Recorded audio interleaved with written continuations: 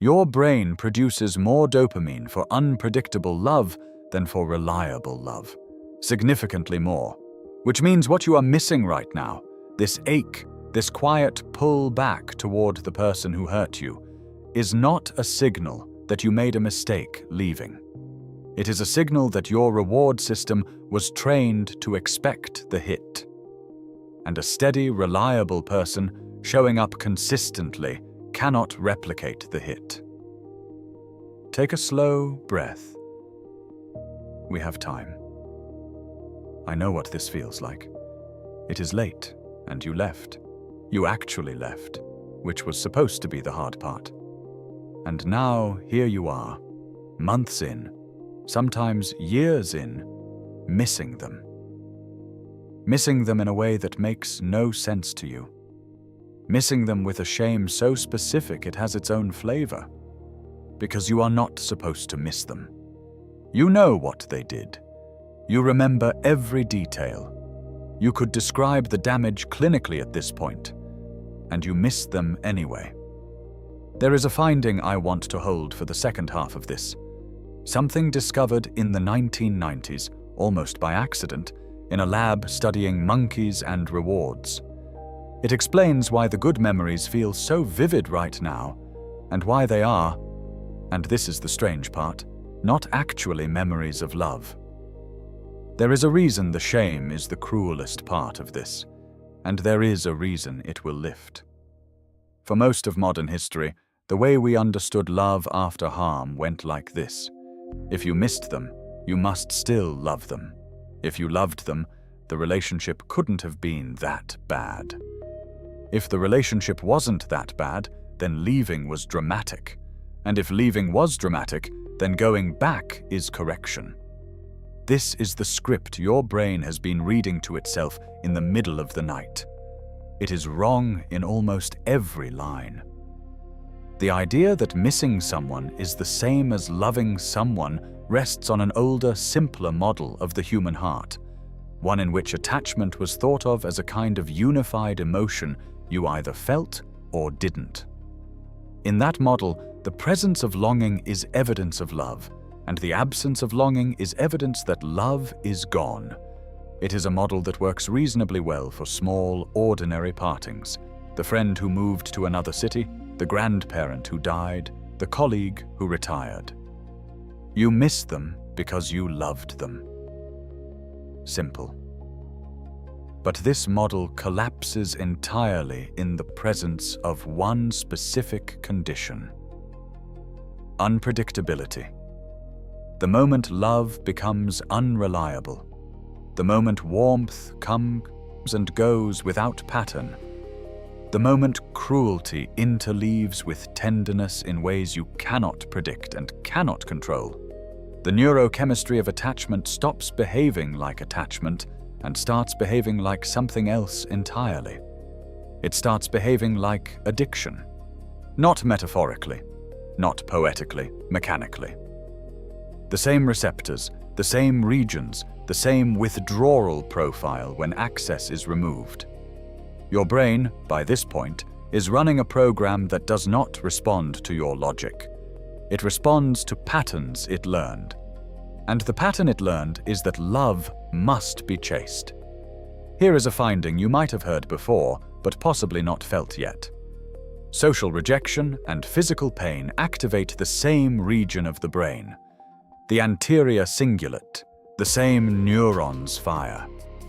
The first study to establish this, Naomi Eisenberger at UCLA, published in Science in 2003, had participants play a simple computer game where they were slowly excluded.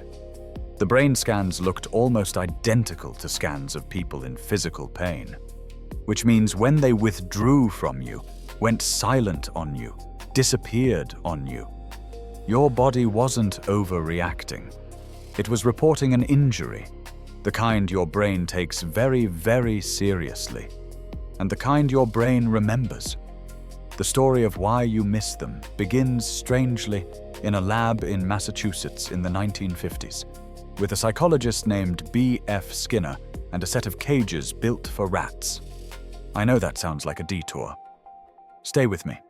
Because what came out of those cages is the specific mechanism by which your last relationship trained your brain to do exactly what it is doing right now, at this hour, lying in the dark, missing someone you know you had to leave.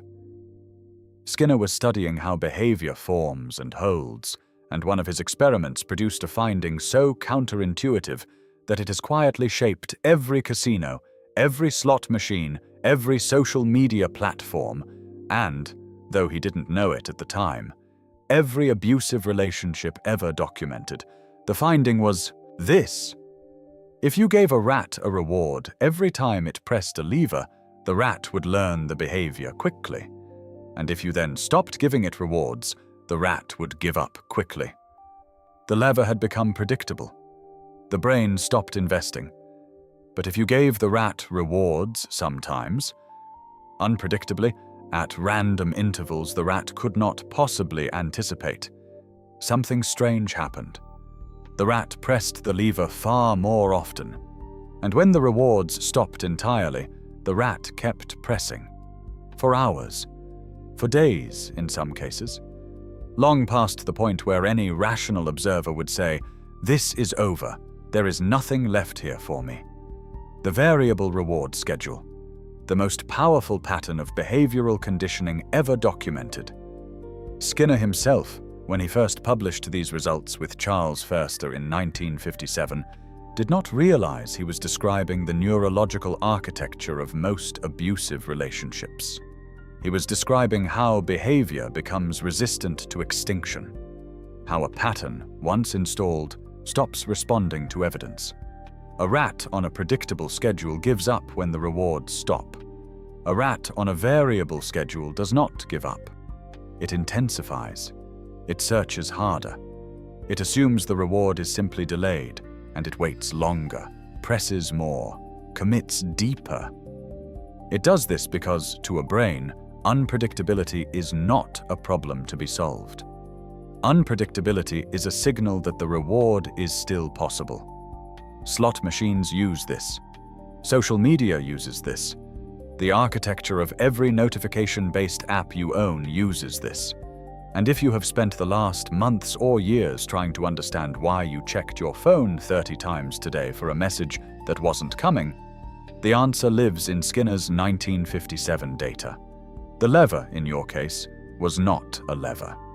The lever was a person. And here is what that means for you. Not for rats in a lab, not for people in general, for you. Specifically, lying awake tonight wondering why a relationship you know was wrong still has this much hold on you. You were not in a relationship. You were in a reinforcement schedule. The cold stretches where they withdrew, went silent, turned distant. Those were the intervals. The sudden returns to warmth, the apology, the tenderness, the night where they seemed to be the person you first met. Those were the rewards. And because you could never predict when a return to warmth was coming, your brain did something it does automatically under these conditions. It began firing dopamine in anticipation. Dopamine is often described as the pleasure molecule, but that framing is a little misleading. Dopamine is more accurately the wanting molecule. It is released in the ventral tegmental area of your midbrain when the brain predicts that a reward is coming. It drives motivation. It drives seeking behavior. It makes you pay attention. It makes you hope. And its release is governed by one very specific rule, discovered by Susan Carnell at Johns Hopkins and corroborated by dozens of labs since. Dopamine flows more readily when rewards are unpredictable than when they are predictable. Which means your brain was flooding with dopamine not during the good moments of the relationship, but during the anticipation of them. Which means most of what you experienced as love was, neurologically, anticipation. Hope is a chemical, and they were the source. There is a difference between the love you felt and the neurochemical signature that love produced in your brain, and it is possible. It is actually extremely common. for the second thing to keep running long after the first thing has become impossible. You can know, in your rational mind, that they were cruel. You can know, in your rational mind, that you were not safe. You can know, in your rational mind, that leaving was the right choice, the necessary choice, the choice that probably saved you. And your reward system can still be wired to fire for them. Because you trained it. Because they trained it. Because the intermittency trained it. What you are missing right now is not the person. What you are missing is the hit. This is the part that the shame spiral tries to hide from you. Because if you told yourself the truth, that what you miss is a neurochemical pattern, not a human being, it would undermine the entire premise that going back would fix anything. And some part of you, the part that still aches at 2 a.m., doesn't want that premise undermined. It wants permission to return. It is willing to reframe anything to get permission. So it tells you, I must still love them. So it tells you, it couldn't have been that bad. So it tells you, maybe I'm the one who was wrong. None of those sentences are coming from your actual memory of the relationship. Your actual memory of the relationship is intact and accurate. Those sentences are coming from a reward system in withdrawal, searching for any story that would justify a dose of what it was conditioned to crave. You are not confused. You are in withdrawal. Those are very different things, and the difference matters. Now here is where it gets more complex, and this is a layer you are rarely told about. It is not just dopamine doing this. It is not even primarily dopamine. There are at least 4 major systems in your brain that got wired together by the relationship, and each of them is running a separate protest right now. The first is oxytocin. You have probably heard of oxytocin as the love hormone, the cuddle hormone, the bonding chemical. That framing is, again, incomplete. A series of studies out of Northwestern, led by Jelena Radulovic in 2013, found something that genuinely surprised the researchers. Oxytocin does strengthen bonding, but it also strengthens the memory of negative social experiences. When an experience involves a close figure and is emotionally intense, oxytocin activates a signaling molecule called ERK in the lateral septum for up to 6 hours afterward, and that molecule cements the memory into long-term storage, which means every intense moment with them, the fights, the reconciliations, the fear, the relief, got filed deeper into your nervous system than memories of gentler, less intense relationships ever do. Oxytocin did not only make you love them. Oxytocin also made you remember them in a way that you cannot voluntarily undo. This is why the memories are so vivid. This is why the textures return. The specific smell of their shirt, the exact inflection of their voice saying your name, the pattern of light on their skin in a specific afternoon. These are not ordinary memories. They were laid down under chemical enhancement in a nervous system that was, at the time, in a state of heightened arousal. Your brain preserved them in resolution that ordinary memories never get. The second system is cortisol. Cortisol is the stress hormone, and under chronic activation, it does something cruel. It strengthens memory consolidation around the stressor itself. A 2015 paper in neuropsychopharmacology by Drexler and colleagues found that cortisol spikes cause fear-based memories to be reconsolidated more deeply each time they are recalled. Which means every time you replay a fight in your head, your own nervous system is deepening the groove, making the memory harder to metabolize, not easier. You thought you were processing. You were, quietly, rehearsing. This is already a lot to hold. 2 more systems to name, and then the picture closes. You do not need to do anything with any of this tonight. It is enough, for now, simply to hear it named, to know there is a mechanism, and to know the mechanism is not you. The third system is endogenous opioids. These are the internal chemicals your body uses to relieve pain. They are released in response to physical injury, and also, this is the part that matters here, in response to the resolution of distress. When they came back to you after a period of coldness or cruelty, your body released opioids. Relief is pharmacological. Reconciliation after harm produces a chemical state you genuinely cannot access through healthy, stable love, because healthy, stable love does not create the harm that precedes the relief. This is why the makeup phase of a relationship like that often feels, in memory, like the most intense intimacy you have ever experienced. It was, not because it was love, because it was pharmacologically richer than anything unharmed love can produce. The opioid signature of deep relief, arriving in a nervous system primed by chronic threat, is a chemical event that ordinary tenderness does not create. Your memory of that intimacy is accurate. Your interpretation of what it meant is the thing that is off. The fourth system is adrenaline. The baseline state of being in a relationship with someone unpredictable is sympathetic nervous system activation. Fight or flight, permanently on low simmer. Your heart rate trained itself to their moods. Your breathing trained itself to their silences. Your body, for months or years, was living in a state of alertness. When you leave, the alertness does not turn off. It searches for its original object. And the thing it cannot find, the thing it is now, quietly craving, is them. So when you sit in your kitchen on a Sunday morning with actual peace around you, and you notice that you feel hollow, that is not evidence that peace is wrong for you. That is evidence that your nervous system was conditioned to associate alertness with aliveness. Steady feels like silence because you were trained by noise. This is where the shame spiral usually tightens.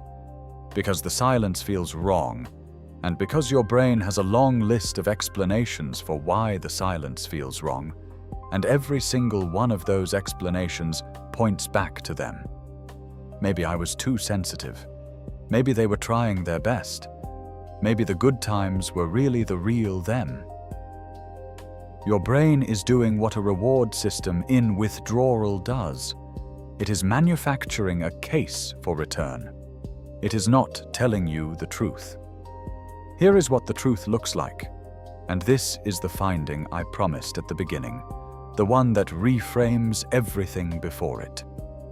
In 1997, a neuroscientist named Wolfram Schultz, working at the University of Fribourg in Switzerland, published a series of papers on how dopamine neurons fire in the brains of monkeys during reward tasks. He was trying to understand the timing of dopamine release. The results were so clean, so unexpected, that they have since become one of the most replicated findings in all of neuroscience. Schultz found that dopamine neurons do not fire when a reward is received, as everyone had assumed. Dopamine neurons fire when a reward is unpredicted. When a reward arrives exactly as expected, when the cue reliably predicts the outcome, dopamine neurons remain quiet. Baseline. They do not fire. The brain has already calculated the reward. There is no need to signal.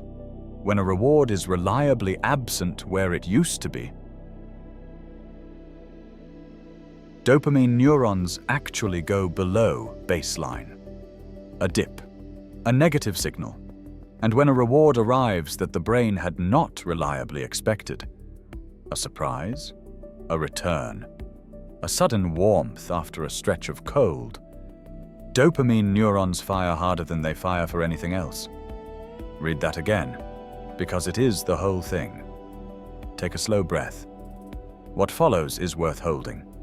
Your brain literally stopped firing for them when they were consistently kind. The good memories you hold, the ones that feel so vivid right now, the ones you pull up when you want to torture yourself with what you lost, those were not neurologically memories of love. They were memories of the hurting stopping. They were memories of the contrast. They were memories of relief. Relief is not love. Your brain never recorded the love because the love was too inconsistent to produce a stable baseline. Your brain only recorded the spikes. And the spikes were the returns from harm.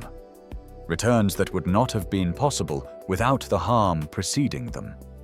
Which means everything you just heard looks different now. The best version of them that you miss, the one you are afraid you will never find again, the one that makes you wonder if you made a mistake leaving. That version of them existed only in relief from cruelty. That version cannot be separated from the cruelty. Take the cruelty away, and the version of them you miss disappears too, because relief has nothing to relieve. You are not missing a person who existed. You are missing a shape that was generated by damage. And the reason a kind, consistent person cannot fill this space, cannot compete with what you miss, is not that they are not enough. It is that your dopamine system has no mechanism to fire for steadiness. Steadiness is what dopamine neurons fall silent for. Not because steadiness is boring, because steadiness is the thing the brain has already learned to trust. This is what you have been blaming yourself for. This is what the shame has been about. If this is your experience, and you will know if it is, this is the part that matters most. Here is what it has cost you to carry this without understanding it. The shame spiral is its own kind of damage, separate from the damage of the relationship itself, and it has been running in the background of your life for longer than you realize. It has cost you nights of sleep that you blamed on weakness. It has cost you a version of yourself you barely recognize in mirrors. It has cost you trust in your own judgment, because your judgment keeps returning a verdict that cannot be right, that you miss someone you know hurt you. And you have had to assume, in the absence of another explanation, that your judgment is broken. Your judgment is not broken. Your neurochemistry is resolving a trauma your body still thinks is happening. These are very different things, and the difference is the whole difference between healing and surrender. If your judgment were broken, going back would be sensible. Since your neurochemistry is resolving, going back is the thing that would prolong the damage. Research from the past 2 decades has consistently found that people leaving relationships with chronically unpredictable partners report, in the first weeks, symptoms that closely parallel substance withdrawal. Not metaphorically, measurably. Sleep disturbance, intrusive thoughts, intense cravings, physical restlessness. A widely cited pattern in the clinical literature, hedged because the exact number is hard to pin down, is that the average person attempting to leave this kind of relationship tries to leave several times before the leaving finally holds. One often repeated estimate, from advocacy and clinical writing, puts the number around 7. 7. Think about what that number means. It does not mean the person trying to leave is weak. It does not mean you are confused about the abuse.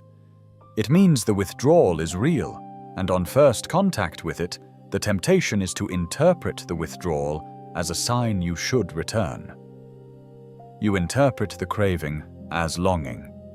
You interpret the longing as love. And love, in the model you were handed, is a reason to go back. Which is why you are hearing this. Because you need a different model. And the model is this. What you are feeling is not love. What you are feeling is a specific, measurable, predictable pattern of neurochemical extinction that occurs when a reward system built on intermittency is cut off from its source. The pattern has a shape and a timeline and an end. There is a specific moment, usually somewhere between day 30 and day 90 of what clinicians call no contact, when something in your brain begins to change.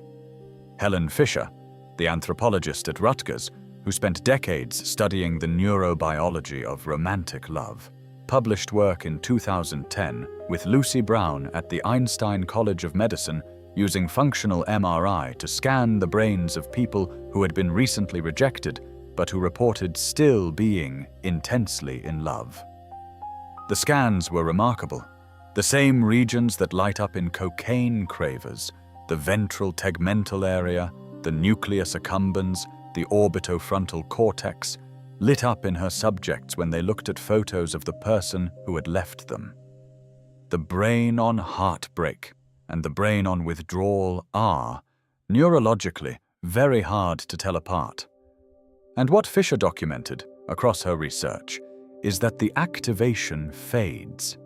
Not immediately, not on any schedule you can force, but it fades. The dopamine pathway, deprived of its trigger, begins to quiet. The craving reduces. The obsessional thinking slows. The intrusive memory loses some of its sharpness. New reward associations begin to form, slowly, with other sources: people, places, work, rest. And the person who once occupied almost every moment of your mental life begins, gradually, to occupy less. You will not notice it happening. You will only notice one morning that you got through the morning without them. Then a week without the worst kind of missing. Then a month where the thought arrives and passes without gripping you. There is a pattern to this, and it is worth describing in some detail, because the shape of the recovery is often misread as a relapse when it is not. The first wave, in the first weeks, is the sharpest. It is pure acute withdrawal. Intrusive thoughts, physical restlessness, a hollow in the chest that makes it hard to eat, sleep disruption that feels punitive. This is the wave during which you will be most tempted to return, because the intensity feels like it cannot possibly be anything other than a message from your deepest self. And the message seems to be, go back. It is not. It is extinction burst, the sharp increase in craving that every reinforcement schedule produces just before it begins, finally, to weaken. The second wave comes somewhere around day 20 to day 40, and it is quieter. The acute part subsides. You start to have stretches, hours at first, then afternoons, when you feel almost like yourself. And then, without warning, a song or a smell or a Sunday afternoon will pull you under, and it will feel as intense as the first day. You will think you are regressing. You are not. You are experiencing what addiction researchers call cue-triggered craving, and the fact that it is arriving in waves rather than as a constant state is itself evidence of progress. The third wave is the trickiest of the three. By now, the acute pain has dulled. The waves are less frequent, and your brain, deprived of a target, begins to rewrite the story. The good times come back vividly. The bad times soften. The memory itself becomes, slowly, an argument for return. This is the phase when you may go back for reasons you cannot explain. And the reasons you cannot explain are hiding inside a reward system that has successfully disguised itself as nostalgia. If you can hold through that third wave, and you can because idealization is a phase, not a permanent condition, the fourth thing that happens is the real one. The curve flattens. The waves space out further and further. And somewhere around month 4, month 6, sometimes later, you notice that a memory has arrived without the old intensity. It is simply a memory, a thing that happened, a chapter that closed. That is the day the reinforcement schedule has, finally, begun to extinguish. The brain does this on its own, if you allow it to. What it cannot do is speed the process while the source of the reinforcement is still, in any way, in contact with you. Every text is a dose. Every check of their social media is a dose. Every conversation where a mutual friend tells you what they're doing is a dose. And every dose resets the clock, because the reward system was built precisely to be exquisitely sensitive to intermittent contact. Now, there is one more mechanism worth naming, because it is the one that will, more than any other, try to talk you into going back. It is called idealization, and it is not a character flaw. It is a specific, documented feature of how withdrawal warps memory. When your reward system is in acute deprivation, it does not retrieve memories neutrally. It retrieves them selectively. It pulls, preferentially, the memories most likely to justify a return to the source of the reward. The early days, the good morning, the one dinner where they were perfect, the night they cried and said they would change. And it pushes down, actively, not because you are choosing to forget, but because your midbrain is actively filtering the memories that would interrupt the craving. The night you locked yourself in the bathroom, the thing they said that went through you like a blade, the specific silence after you asked for something reasonable. Your brain is not remembering the relationship. Your brain is building a case. And every case your brain builds in this state will point you the same way. Back. Because the reward system does not care about your well-being. The reward system cares about the reward. And the reward is them.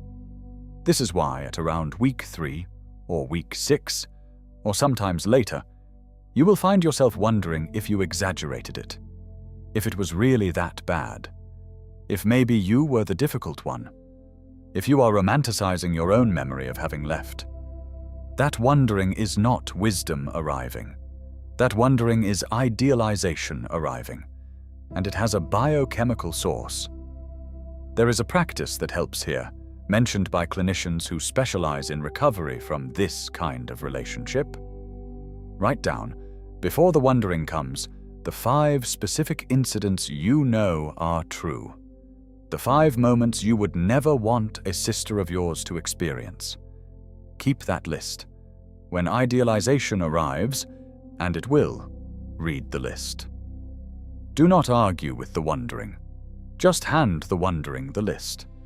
Your current brain is not the most reliable narrator of the relationship. Your brain from 6 months ago when you decided to leave was more reliable. Your brain from the night you locked the bathroom door was more reliable. The person who decided to leave knew something. The person missing them tonight is in withdrawal. Trust the one with the clearer chemistry. The kindest thing you can do for yourself, while this runs its course, is not more introspection. It is not more analysis. It is not more journaling about what went wrong. Your brain already knows what went wrong. What your brain needs is the absence of the stimulus long enough for the wiring to loosen. That is not abandonment. That is what healing looks like from the inside of a reward system. And the shame you feel about missing them, that shame is not a sign that something is wrong with you. It is a sign that you are, somewhere underneath all of this, still holding yourself to a standard of rational coherence that your neurochemistry is not currently able to produce. You are expecting yourself to feel, in the first months after leaving, the way a person with a fully healed reward system feels. You cannot yet feel that way. Not because something is broken in you, because something is still, right now, repairing. Healing has a shape, and the shape of it is not relief. The shape of it is reorganization. There is something your nervous system is learning right now that it could not learn while it was still inside the relationship. It is learning that reward does not have to come from uncertainty. It is learning that safety, while it does not produce a dopamine spike, produces something else. A slow, steady, low-grade signal that your midbrain has been starved of for so long that it does not, at first, recognize it as pleasant. This is what consistent love feels like in a nervous system conditioned by inconsistency. It feels at first like nothing. It feels at first like something is wrong. It feels at first like you might be bored, or disconnected, or settling, or not really in love, because your reward system is calibrated to look for spikes, and it is getting none. And it reports this back to you as an absence of something. The absence is not an absence of love. The absence is an absence of injury. And over time, over longer than you think, but shorter than the shame tells you, the nervous system recalibrates. The baseline rises. The quiet stops feeling like silence and starts feeling like peace. The same body that once mistook adrenaline for chemistry starts to recognize slowly that the warm, steady presence of someone who does not withdraw, does not punish, does not go cold on purpose, is a more profound thing than the cycles it was addicted to. This is the part of the story almost no one tells you, because it does not make for a clean headline. The point at which you stop missing them is not a point. It is a slope. It is gradual. It is so gradual that you will not notice it until one day a memory arrives that used to hurt, and it still feels sad. But it does not grip you. It does not pull. It is just a thing that happened to you a long time ago, to a version of yourself you are no longer locked inside. That is the day. That is when you know, and the shame, by then, will have gone too. Because the shame was only ever a symptom of a nervous system trying to make sense of a craving it didn't understand. Once the craving loosens, the shame has nothing to feed on. You are not weak. You are not stupid. You are not in love with someone you shouldn't be in love with. You are a mammal with a reward system that was shaped by a specific, documented pattern of intermittent reinforcement. And you are, right now, in the slow, unglamorous, absolutely necessary process of letting that pattern dissolve.